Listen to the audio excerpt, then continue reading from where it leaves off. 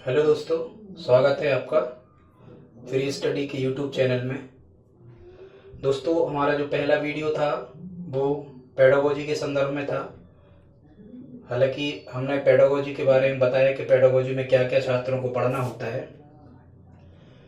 ये जो हमारा दूसरा वीडियो है इसमें हम आपको एनसीएफ 2005 के बारे में बताएंगे कि एनसीएफ 2005 क्या कहलाता है। ये अब तक का सबसे आधुनिकतम दस्तावेज है जो पूरी शिक्षा व्यवस्था की प्रक्रिया को तय करता है कि हमें स्कूलों में क्या करना है, कैसे करना है, कब करना है, इन सब व्यवस्थाओं के संदर्भ में है। तो देखते हैं एनसीएफ 2005। इसका फुल फॉर्म होता है नेशनल क्यूरिकुलम फ्रेमवर्क, राष्ट्रीय पाठ्यचर्या रूपरेखा, या हम इसे राष्ट्रीय पाठ्यचर्या की रूपरेखा कहते हैं। इसका प्रकाशन 2005 में हुआ। कभी कभी तो एग्जामिनर केवल आपसे एनसीएफ का पूरा नाम पूछ लेता है, तो इसको आप ध्यान रखें, नेशनल क्यूरिकुलम फ्रेमवर्क 2005 इसके साथ ही चलता है। इसके बाद जब हम देखते हैं कि ये है क्या, तो ये कक्षा पहली से और 12वीं तक विद्यालयों में कब, क्या, क्यों और कैसे पढ़ाना है, इसके संदर्भ में बताता है। यहाँ ये लिखा है 23 विद्वानों द्वारा, तो ये हमारे भारत के 23 विद्वानों द्वारा तैयार किया गया। कुल 38 विद्वान उसमें थे, बाकी जो बचते हैं 15 वो विदेशी विद्वान थे। फिर इसे किसने बनाया है? तो इसे बनाया है वैज्ञानिकों ने, अध्यापकों ने, विषय विशेषज्ञों और अंतर्राष्ट्रीय शिक्षाविदों ने। देश विदेश के जो शिक्षा से संबंधित विद्वान है उनने। एनसीएफ 2005 के जो पहले का जो इतिहास रहा है, ये हमारा पहला दस्तावेज एनसीएफ के समान 1997 में आया, दूसरा 1998 में, तीसरा 2000 में और ये चौथा 2005 में। ये सबसे नया है। यहाँ ये लिखा है एनसीईआरटी। ये जो एनसीईआरटी है, हम इन संस्थाओं के बारे में एक अलग वीडियो डालेंगे जिसमें एनसीईआरटी, एससीईआरटी, सीबीएसई, ऐसे बहुत सारी चीजें हम आपको बताएंगे। इसका प्रकाशन एनसीईआरटी के द्वारा करवाया गया था। फिर आपसे पूछा जा सकता है कि ये किसकी अध्यक्षता में ये बनाया गया, तो प्रोफेसर यशपाल समिति की अध्यक्षता में। मानव संसाधन विकास मंत्रालय जो होता है भारत सरकार का, इसकी पहल पर इसी ने बनवाया था। मानव संसाधन विकास मंत्रालय ने इसे बनवाया था। यहां लिखा है मानव संसाधन विकास मंत्रालय का ये full form MHRD, ministry of human resource development, इसके द्वारा ये तैयार किया गया। इसकी कुछ अन्य विशेषताएं हैं, और यदि आप विशेषताओं को तैयार कर लेते हो तो फिर आपको इसके बारे में और ज्यादा जानकारी इकट्ठी करने की जरूरत नहीं है, क्योंकि हर एक चीज जो है वो इसकी विशेषता है। तो पहली विशेषता है कक्षा 1 से ही मातृभाषा के साथ अंग्रेजी की वकालत इसमें करी गई। ज्यादा जोर दिया गया कि बच्चों को मातृभाषा में ही शिक्षा दी जाए, खासकर प्राथमिक कक्षा में मातृभाषा के द्वारा शिक्षा दी जाए और बाद में अंतर्राष्ट्रीय भाषा के रूप में अंग्रेजी की चर्चा करेगी। इसे दिल्ली में तैयार किया गया। Ministry of human resource development, मानव संसाधन विकास मंत्रालय द्वारा से तैयार किया गया। इसका सूत्र है या इसका शीर्षक है या स्लोगन है, कुछ भी ऐसा, ये सबसे इंपॉर्टेंट चीजें पूछी जा सकती है। इसका जो शीर्षक है या सूत्र या स्लोगन है, बिना बोझ शिक्षा, और यहां इंग्लिश में लिखा है लर्निंग विदाउट बर्डन, मतलब बिना बोझ की शिक्षा। अब यहां जो बिना बोझ की शिक्षा वाला जो शब्द लिखा है, इस बोझ का मतलब केवल विद्यार्थियों का बैग या विद्यार्थियों का बस्ता ही नहीं है। इस बोझ का मतलब हमारी जो पाठ्यचर्या है या हमारा जो पाठ्यक्रम है, इसका संदर्भ भी इस बिना बोझ शिक्षा से लगाया जाता है। ये इसका शीर्षक है। हालांकि आपको बताएं, पाठ्यक्रम और पाठ्यचर्या में अंतर होता है। पाठ्यक्रम मीन्स सिलेबस, ये सीमित होता है। इसमें केवल पाठ्यक्रम के अंतर्गत केवल पुस्तकीय ज्ञान को रखा जाता है। बाकी जो पाठ्यचर्या होती है ये विस्तृत हिस्सा है। पाठ्यचर्या के अंतर्गत जो स्कूलों में अदर एक्टिविटीज, अन्य क्रियाकलाप होते हैं, उनको पाठ्यचर्या के अंतर्गत रखा जाता है। मतलब पाठ्यचर्या जो है ये विस्तृत है, इसका क्षेत्र व्यापक है पाठ्यचर्या का। पाठ्यक्रम संकुचित अर्थ है, पुस्तकीय ज्ञान सिलेबस को अपन पाठ्यक्रम कहते हैं। इसके बाद में इसमें कुल 5 अध्याय हैं। आगे इनकी चर्चा की गई है, दूसरे वीडियो में हम आपको बताएंगे। इसकी जो शुरुआत हुई है वो रविन्द्रनाथ टैगोर जी के निबंध सभ्यता और प्रगति से हुई है। मतलब उनका एक निबंध था सभ्यता और प्रगति, उसमें रविन्द्रनाथ टैगोर जी के शिक्षा संबंधी जो विचार थे उन्हीं विचारों को एनसीएफ 2005 में समाहित किया गया है। इसका आधार भारत का संविधान है। बहुत सारी चीजें इसमें, संविधान ने शिक्षा के बारे में क्या बताया है, इस आधार पर एनसीएफ को मान्यता दी गई। अगली विशेषता है इसमें ग्रेडिंग सिस्टम पर बल दिया गया है।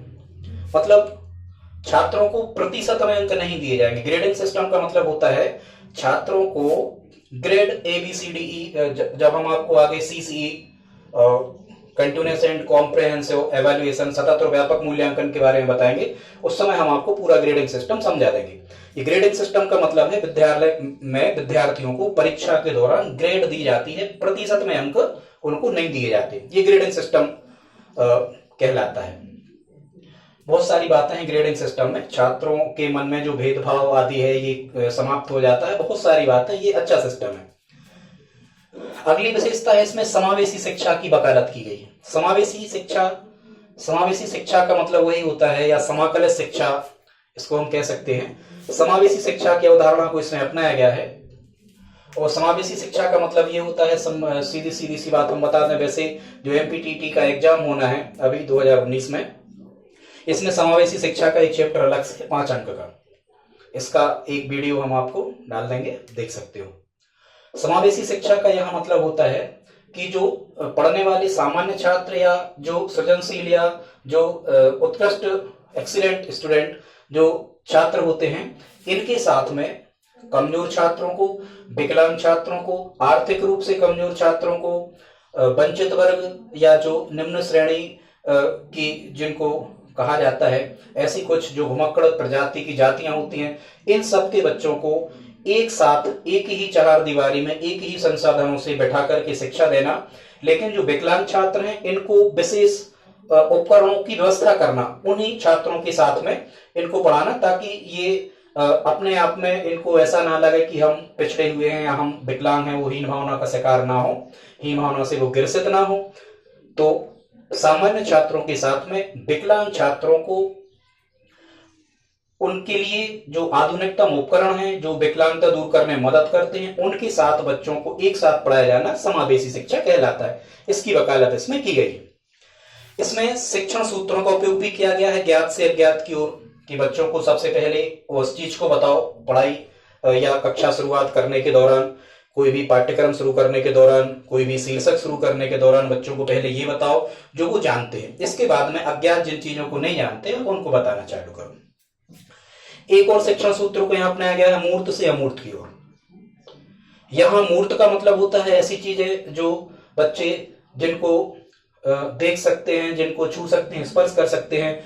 अमूर्त चीजें ऐसी कहलाती हैं जिनका एहसास होता है, फील किया जा सकता है, या एक प्रकार से दर्शन की चीजें जिनको हम देख नहीं सकते, छू नहीं सकते, स्पर्श नहीं कर सकते। खासकर जैसे हम अमूर्त में कहें तो स्वर्ग क्या है, नरक क्या है, या हम कहें कि आत्मा कैसी है, परमात्मा, ऐसी कुछ चीजें, या गणित का हिसाब किताब मौखिक करना, ये अमूर्त। तो मूर्त से अमूर्त की ओर ये शिक्षण सूत्र कहलाते हैं, हर्बर्ट स्पेंसर द्वारा दिए गए हैं। ये 13 शिक्षण सूत्र हैं। एक वीडियो हम आपको शिक्षण सूत्रों के बारे में ला करके और बता देंगे, संस्कृत में भी, इंग्लिश में भी और हिंदी में भी शिक्षण सूत्र क्या होते हैं। फिर इसमें कंप्यूटर शिक्षा, कार्य शिक्षा, ये क्राफ्ट एजुकेशन कहलाती है, करके सीखना, हस्तशिल्प, हाथों से कुछ बनाना फिर सीखना, एक प्रकार की तकनीकी शिक्षा कहलाती है। स्वास्थ्य एवं शारीरिक शिक्षा, बस्ते का वजन कम करना, बालकों का सर्वांगीण विकास हो सके, ऐसी कुछ चीजों पर इसमें इस महत्व दिया गया है। हाँ, एक बहुत इंपॉर्टेंट चीज जो सामान्यतः परीक्षाओं में पूछी जाती है वो क्या है, वो ये है अलग अलग विषयों के अलग अलग उद्देश्य हैं कि हम कक्षाओं में इस विषय का शिक्षण क्यों करवाएं। इसका हमारा आखिरी तीसरा वीडियो होगा एनसीएफ पर। ये हम चूंकि ये कुछ ज्यादा है, इसमें जो अलग अलग विषय होते हैं एनसीएफ द्वारा उन अलग अलग विषय के शिक्षण के उद्देश्य बताए गए हैं और ये उद्देश्य बिल्कुल एनसीएफ 2005 के अकॉर्डिंग बिल्कुल वैसे के वैसे ही आते हैं, बिल्कुल फिक्स हैं, उनको आप बदल नहीं सकते उनकी शब्दावली को। ये हम आपको बता दें कि यहां से एक प्रश्न पेडागोजी जो आती है, यहां से हर विषय का एक एक प्रश्न बनना होता है कि एनसीएफ 2005 में गणित शिक्षण का उद्देश्य क्या है, या एनसीएफ 2005 के अनुसार पर्यावरण शिक्षण का उद्देश्य क्या है, या कहेंगे एनसीएफ 2005 के अनुसार प्राथमिक कक्षाओं में गणित शिक्षण का उद्देश्य क्या है। ऐसे प्रश्न बिल्कुल आना ही आना होता है यहां से। ये चूंकि ये बड़ा है इसलिए हम यहाँ इसका एक अलग वीडियो लाएंगे। सभी बच्चों में सीखने की क्षमता होती है, इसका मानना है, इनके जो विद्वान थे उनका मानना है कि सभी बच्चों में सीखने की क्षमता होती है। मतलब चाहे वो विकलांग हो, चाहे मानसिक रूप से कमजोर हो, चाहे किसी भी जाति के हों, सभी बच्चों में सीखने की क्षमता जन्मजात होती है, ऐसा इनका मानना था। इनका एक और मानना था स्कूल में प्राप्त ज्ञान को बाहरी जीवन से जोड़ना। केवल मतलब यहाँ सीधी सी बात यह है कि बच्चों को हमें किताबी ज्ञान तक सीमित नहीं रखना है, बाहरी जीवन में वो अपने ज्ञान का उपयोग कर सके, जो उन्होंने विद्यालय में सीखा है उसको अपनी दिनचर्या में वो ला सकें, अपने व्यवहार में ला सकें, ये इसका उद्देश्य है। अगला है बच्चों की अभिरुचियों के अनुसार शिक्षण किया जाए। मतलब पाठ्यक्रम ऐसा ना हो जो बोझल हो, पाठ्यक्रम इस प्रकार का हो ताकि जो बच्चे हैं उनकी उस पाठ्यक्रम में रुचि हो, उसकी बहुत ही गंभीरता से रुचि के साथ में वो उस पाठ्यक्रम का अध्ययन कर सके, ऐसा इसका मानना है। शिक्षक की भूमिका एक उत्प्रेरक के रूप में है। मतलब यहाँ शिक्षक की भूमिका बहुत ज्यादा कुछ यहाँ नहीं है, उत्प्रेरक के रूप में है। मतलब शिक्षक जो है केवल बाह्य रूप से मदद करेगा, छात्र जो कुछ करेगा स्वयं से करेगा, शिक्षक केवल मदद करेगा, शिक्षक निर्देशन करेगा, मार्गदर्शन करेगा, परामर्शदाता के रूप में शिक्षक कार्य करेगा। ये है पाठ्यपुस्तक को बाहरी अनुभव से जोड़ना। पाठ्यपुस्तकों तक हमारा ज्ञान सीमित ना हो, छात्रों का बाहरी अनुभव जो व्यवहार में, वातावरण में बच्चे सीखते हैं उसको पाठ्यपुस्तक से जोड़ देना। आकलन या मूल्यांकन के बारे में क्या कहा गया है, बच्चों का मूल्यांकन कैसे करें, तो यहां बताया गया है आकलन का सही तरीका है दैनिक गतिविधियां।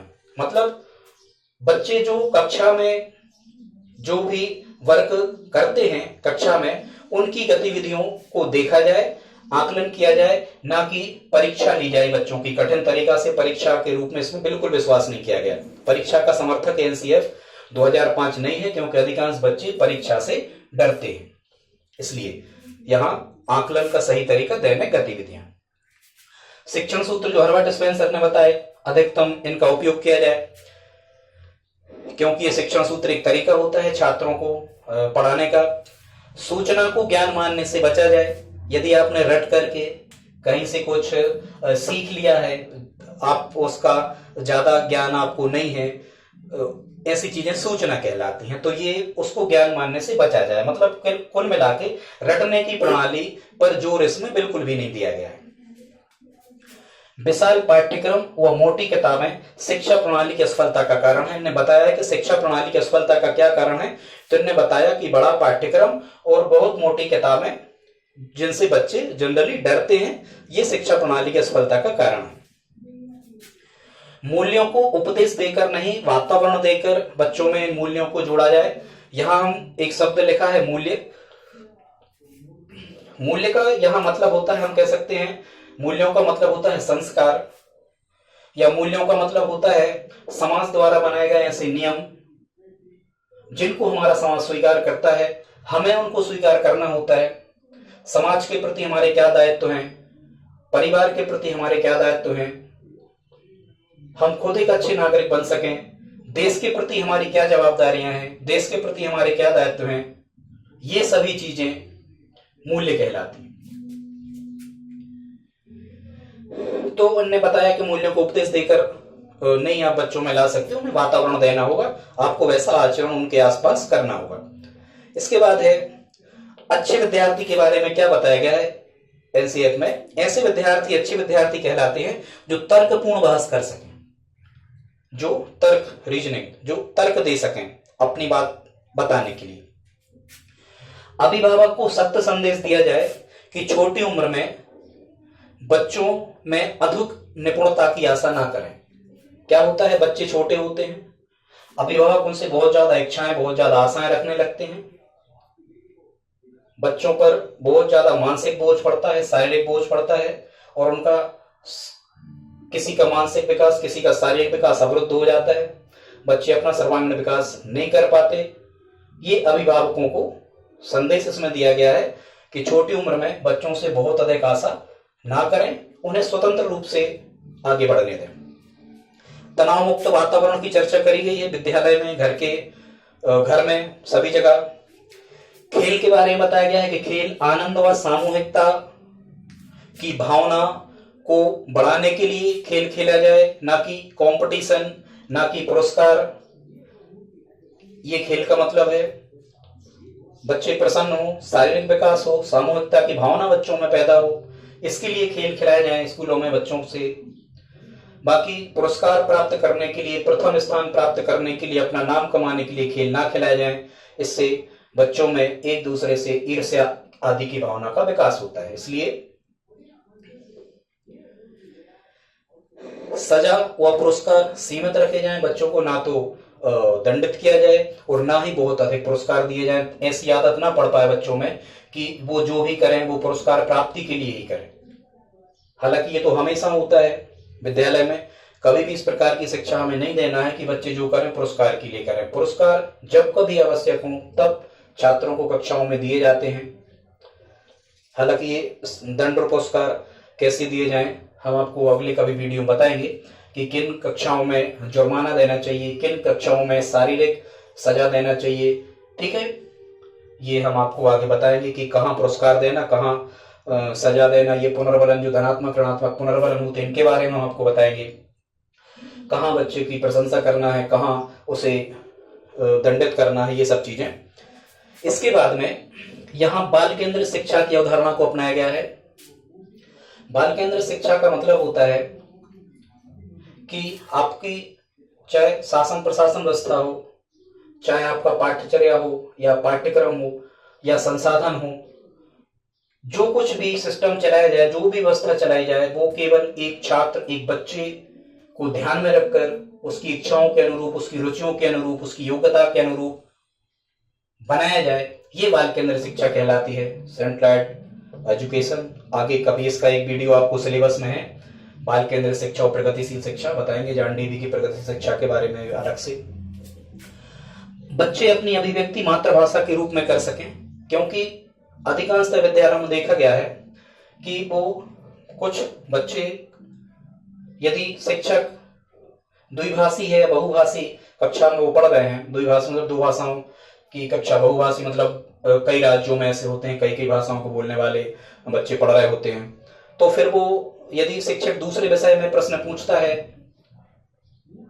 और बच्चे जवाब नहीं दे पाते हैं तो फिर वो कुंठित हो जाते हैं, भावनाओं का शिकार हो जाते हैं। तो इसमें यह कहा गया है कि बच्चों से प्रश्न भी उनकी मातृभाषा में किए जाएं और उनसे उत्तर भी उनकी मातृभाषा में स्वीकार किए जाएं, तभी वो अपने मन की अभिव्यक्ति कर सकते हैं, मतलब मातृभाषा को स्वीकार किया गया। इसके बाद में शिक्षकों को अकादमिक संसाधन व नवाचार समय पर उपलब्ध किया जाए। इसका मतलब है शिक्षकों को ट्रेनिंग या जो सामग्री है या जो नवीन विधियां हैं पढ़ाने की, पढ़ाई की, उनको समय पर उपलब्ध करवाई जाए। सीसी पर बल दिया जाए। ये CC continuous and comprehensive evaluation, सतत एवं व्यापक मूल्यांकन, इस पर भी अलग वीडियो लाएंगे हम। ये पूरा सिस्टम है, पूरा ग्रेडिंग सिस्टम, ये क्या कहलाता है सीसी, इसके बारे में करेंगे चर्चा। सतत और व्यापक मूल्यांकन का मतलब है कि केवल किताबी ज्ञान का मूल्यांकन ना किया जाए। बच्चे यदि अदर एक्टिविटीज, अन्य क्रियाकलापों में अच्छे हैं, जो बच्चे शारीरिक रूप से होशियार हैं, मानसिक रूप से कुछ कम हैं, उनको भी आगे बढ़ने का मौका मिले, उनके अन्य क्रियाकलापों पर अंक दिए जाए, ये सीसी कहलाता है। आगे कभी हम आपको बताएंगे। इसमें शिक्षण की 5 विधियों की चर्चा की गई है, हमने ट्रिक लिखी है इन 5 विधियां। कभी प्रश्न आ जाए कि शिक्षण की कितनी विधियां, 5 विधियां बताई गई हैं, ट्रिक लिखी है। मिश्रा जी सामूहिक निरीक्षण करके परीक्षा लो। यहाँ मिश्रा जी का मतलब है मिश्रित विधि और सामूहिक का मतलब है सामूहिक विधि, निरीक्षण विधि, करके सीखना और परीक्षण विधि। ये 5 विधियों पर चर्चा की गई है। विधियों के बारे में हम आपको आगे कभी बताएंगे। हालांकि आपके सिलेबस में 3 प्रकार की विधियां होती हैं, शिक्षण विधियां 3 प्रकार की होती हैं। पहली होती है प्राचीनतम विधि, बहुत पुरानी जैसे पाठशाला विधि, बहुत पुरानी विधियां जो गुरुकुलों में जिनके माध्यम से शिक्षा दी जाती थी, प्राचीनतम विधियां। फिर इसके बाद में होती हैं नवीन विधियां, और फिर होती है नवीनतम विधियां। नवीनतम मतलब वर्तमान समय में कंप्यूटर के माध्यम से, टेक्नोलॉजी के माध्यम से जो शिक्षा दी जाती है, नवीनतम में आ जाती है।